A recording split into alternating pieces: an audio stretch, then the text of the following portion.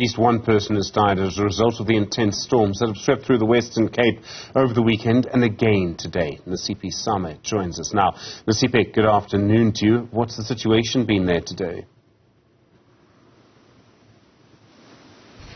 We just spoke to the family of 47-year-old Alphonse Kwakwata, who basically described him as a loving man and a man dedicated to his profession.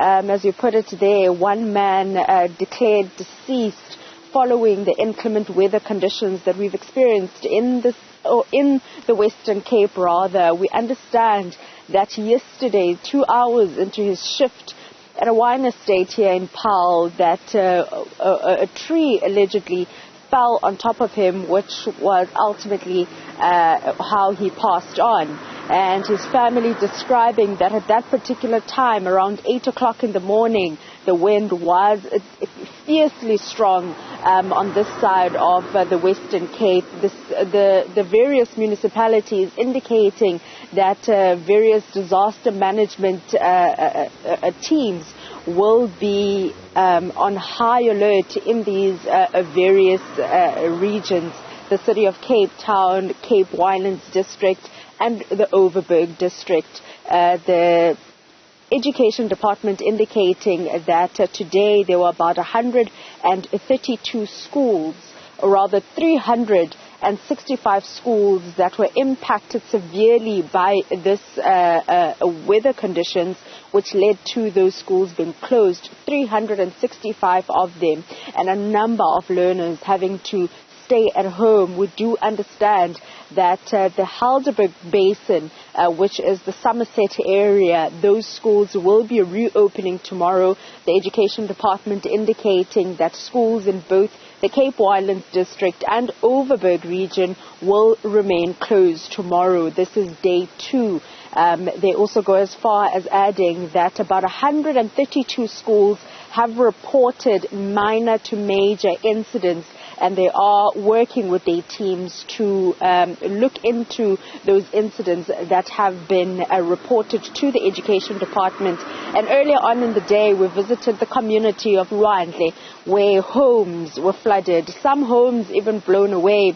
The ward councillor of 86 in the city of Cape Town, Xolani Diniso, indicating that his entire ward had been plunged into darkness since Sunday evening, indicating that they are calling on for humanitarian aid organization, but beyond that, calling for a permanent solution to all spheres of government to provide housing to people in informal settlements to avoid the flooding, including homes being blown away due to the fierce wind. And that is something that we also saw in the community of Paarl as well, where a number of structures were blown away. Humanitarian aid organizations stepping in to provide assistance and a helping hand to those hundreds of families and households that have been impacted by the inclement weather condition.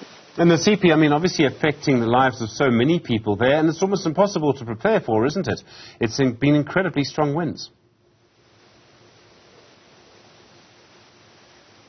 Indeed, we heard from the Premier that they received, or rather the Western Cape government received a weather warning from the South African Weather Services on Friday, and they tried to prepare as best as they could in such a short space of time for this adverse weather conditions, and also having their various teams roaming in various communities, and also looking at communities that might be adversely impacted.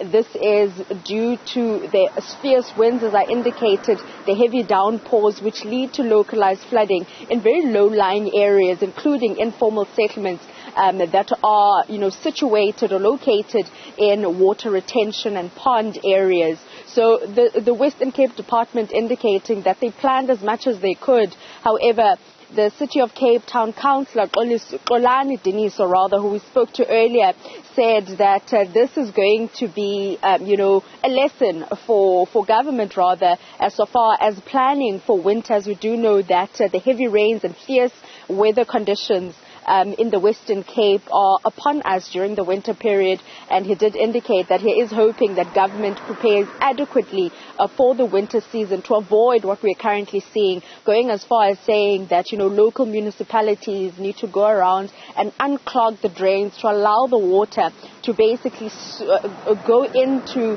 the sewerage, or rather the drainage system, to avoid the flooding in various communities, but also called on the various structures in government to respond to emergencies. Earlier this morning, we were in a resident's house who was basically saying that she fears what could happen, as a line of Eskom was hanging literally by a thread, and she said that she feared what is going to happen should that cable snap and perhaps fall not only on her home, but the informal, or rather the house that was next to her. Nasiphi, thank you very much indeed. Do appreciate that update. Very difficult, of course, for residents in the Western Cape tonight. We've seen flooding stories like that so often in KwaZulu-Natal recently. Well,